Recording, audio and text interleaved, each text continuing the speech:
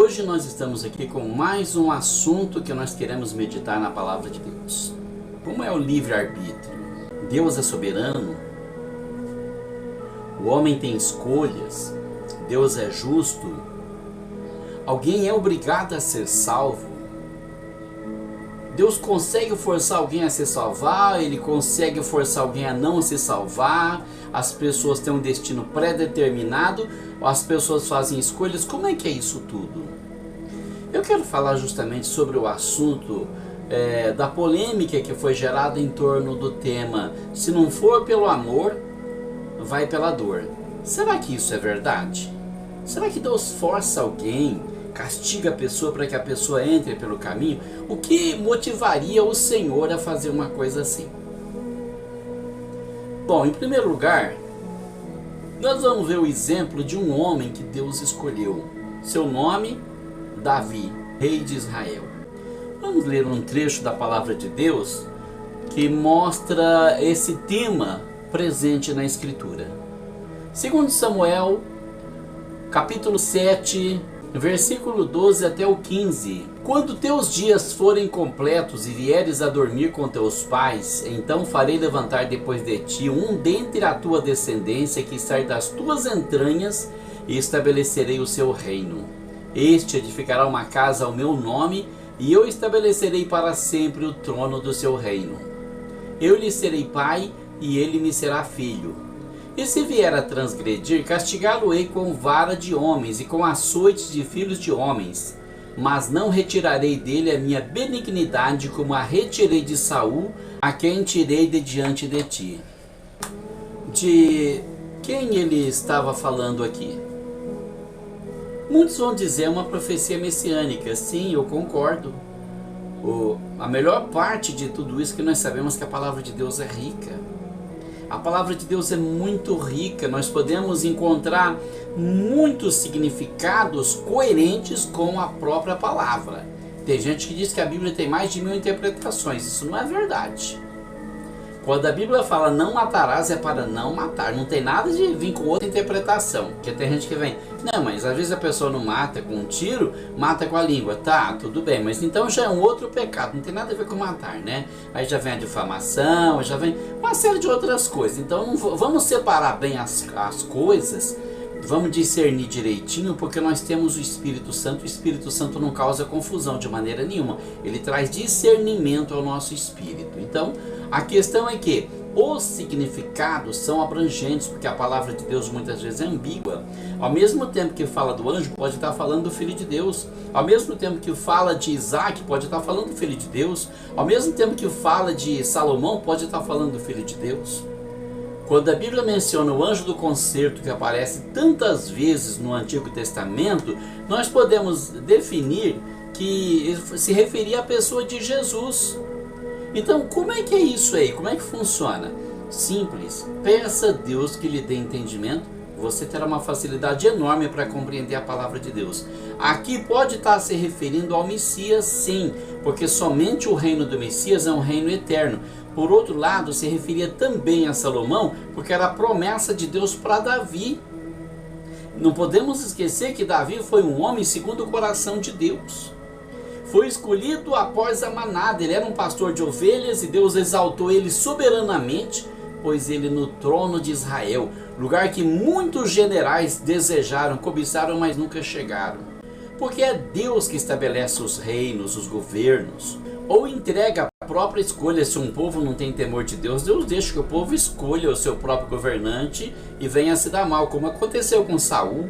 O povo não teve temor de Deus e Deus falou, então escolham quem vocês quiserem. Escolheram Saul, embora tenha sido ungido por Samuel, mas esse rei foi dado na ira de Deus e por isso resultou só em desastre para a nação de Israel, de tal forma que até a Arca da Aliança foi roubada na morte de Saul. Mas enfim, aqui se refere a Salomão. A promessa de Deus para Davi. Davi tinha sido um homem de guerra, derramou muito sangue. E agora, quando todas as nações em redor lhe deram sossego, ele não precisava mais guerrear, o zelo do seu coração fez com que ele desejasse construir um templo uma casa de oração, um lugar para colocar a arca de Deus, um lugar onde as pessoas se reuniriam para adorar a Deus.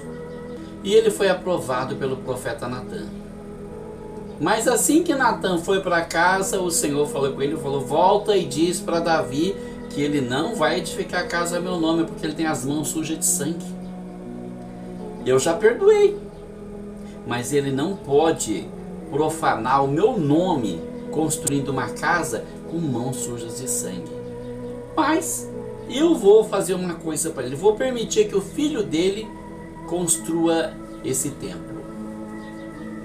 Esse filho foi Salomão, e assim que Davi morreu, Salomão assumiu o reino. Houve até uma conspiração antes da morte de Davi, e quase Amon se tornou rei, conspirando, mas foi sufocada aquela rebelião, e quando Davi morreu, Salomão já era rei, já tinha sido ungido e nomeado rei de Israel, já havia assumido o trono de Israel.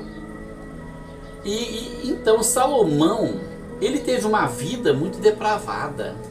Assim que ele sentiu o poder, ele começou a se corromper, ele começou a se perder no caminho. Quantos de nós já não nos perdemos o caminho, seja por cobiça de dinheiro, de mulheres, de propriedade, de qualquer coisa? Nós somos suscetíveis a essas coisas, nós temos essa tendência para o pecado, nós temos a tendência de esquecer do Senhor e de voltar para nós mesmos, para os nossos sonhos, para os nossos desejos, para as nossas cobiças, e então nós pecamos.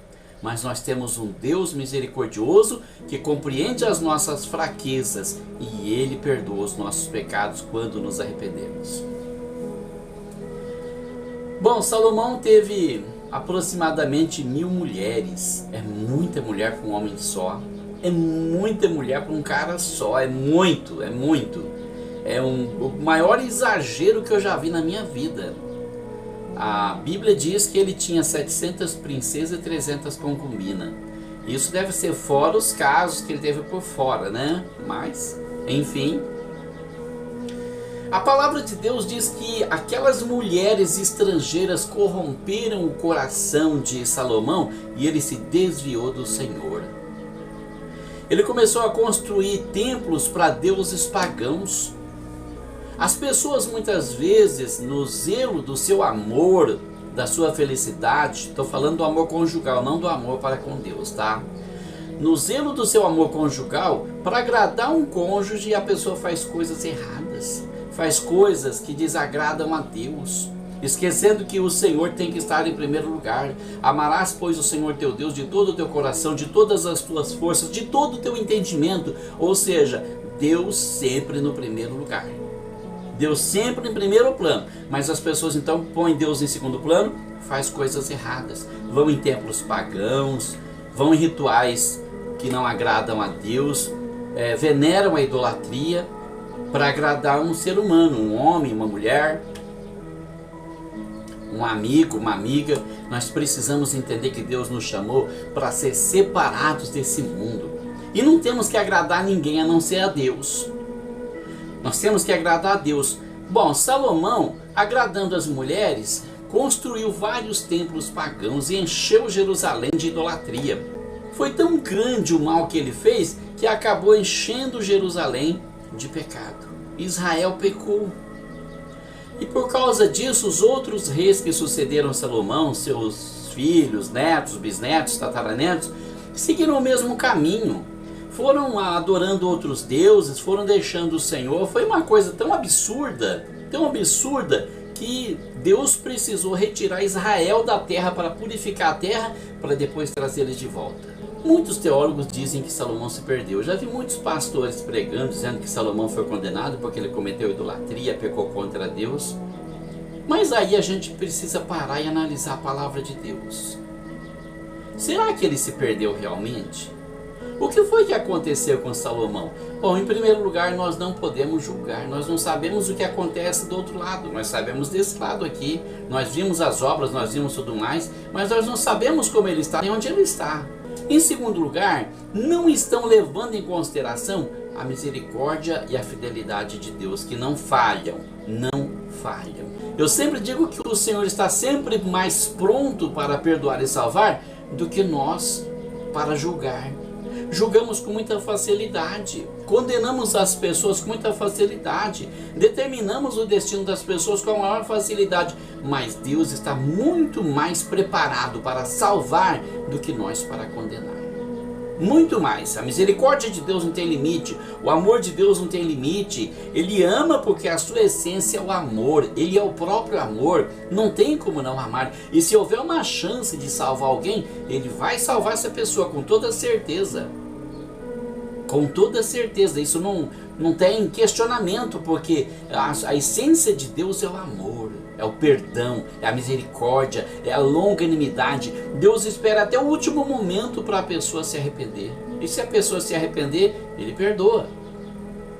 Há pessoas que vivem uma vida depravada, terrível, por anos, por décadas.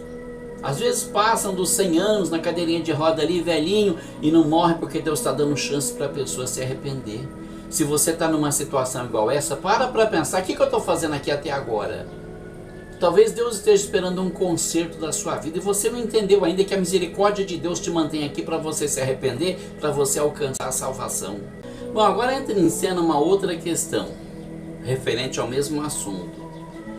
Quando eu digo para alguém, você pode ser salvo e a pessoa está no pecado, tem pessoas que me olham escandalizado. Mas como assim? Uma pessoa que está depravada dessa forma nunca vai se salvar? Você não conhece o coração humano? Você não sabe até onde vai a fragilidade humana. Deus conhece o coração, Deus conhece a mente das pessoas, os pensamentos, os sentimentos, os desejos, as frustrações, o receio da pessoa. Deus conhece tudo. E é por isso que dá oportunidade para a pessoa se salvar. Mas como a pessoa pode ser salva no pecado? Ela não pode ser salva no pecado, ela pode ser salva do pecado. Bom, paramos para analisar. Eu tenho um caderninho de oração.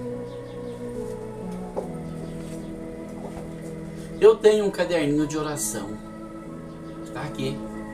Tem muitos nomes neste caderno de pessoas que eu amo, de pessoas que eu não amo também, de amigos e também de inimigos. Eu oro pelos meus inimigos, porque se eles se converterem, se tornarão amigos, irmãos amados. Nós não podemos descartar a possibilidade do Senhor alcançar todas as pessoas, mesmo as pessoas mais abjetas, mais nojentas que nós conhecemos na vida, elas podem ter a vida transformada pelo poder de Deus. Basta que elas deem uma oportunidade. Então nós precisamos orar por todos. E você não tem que ficar abraçando e beijando seu inimigo. Você sabe que ele não gosta de você. Você não tem que ficar lá tentando bajular ele, te xingando, te humilhando, te desprezando, te mandando embora, e você lá bajulando. Não é isso que Deus quer. Quando Ele fala amai os vossos inimigos, a melhor forma de amor ao inimigo é a oração. Apresenta ele a Deus, pede a Deus pela vida dele, pede a Deus para ter misericórdia, pede a Deus para salvar ele, a família dele. É a melhor forma de amor que existe. De resto, você deixa para lá. Não fica caçando encrenca, porque quem caça, acha. Então, deixa para lá. Seja sábio, seja prudente, deixa na mão de Deus. Mas na mão de Deus mesmo. Deixar na mão de Deus é apresentar em oração. Não é falar, vou entregar para Deus, mas você não ora. Você não fala para Deus. Mas por que eu tenho que orar? Deus sabe o que eu estou pensando, sabe, mas Ele quer ouvir de você. O Criador do universo te dá uma atenção especial e você rejeita isso? Você acha que você está se desgastando? É isso? Você não pode orar porque Deus já sabe? Eu sei que a minha família tem as suas necessidades, mas eu quero que eles me digam. Às vezes eu vou comprar uma roupa, um calçado, alguma coisa que eu acho que a minha família está precisando, minha esposa, meus filhos, netos, sei lá, e de repente eu chego para eles e falo, não, eu não queria isso, eu não te pedi isso. Então a oração é importante porque você pede para Deus aquilo que está no seu coração e Ele, ouvindo o seu pedido, Ele pode te atender ou não, conforme que for melhor para você. A oração é um ministério muito importante mesmo. Bom, por que nós temos que orar? Eu oro pela minha família, pelos amigos, por todas as pessoas. Eu oro por todas essas pessoas aqui. Agora, como é que vai acontecer a operação de Deus na vida dessas pessoas? Em primeiro lugar, vamos analisar o que diz a palavra de Deus. Tiago disse que a oração de um justo pode muito em seus efeitos. Que Elias era um homem sujeito às mesmas paixões que nós e orou E o céu se fechou por 3 anos e meio. Depois ele orou novamente e o céu se abriu e deu chuva. Então a oração de um justo interfere no destino de muitas pessoas. Mas veja, é a oração de um justo. Não é a oração de quem vive na dissolução, de quem vive contando piadinha suja, falando palavrão, xingando todo mundo, de qualquer jeito, conforme o mundo. Não, você precisa seguir o modelo daquele que Deus sempre ouve, Jesus. Deus sempre ouviu as orações de Jesus. Aos pés da sepultura de Lázaro, ele disse: Pai, eu te agradeço por me haveres ouvido. Eu sei que o Senhor sempre me ouve, mas eu disse isso por causa da multidão, para que creiam que o Senhor me enviou. Então Deus sempre ouvia as orações de Jesus, porque Jesus era justo.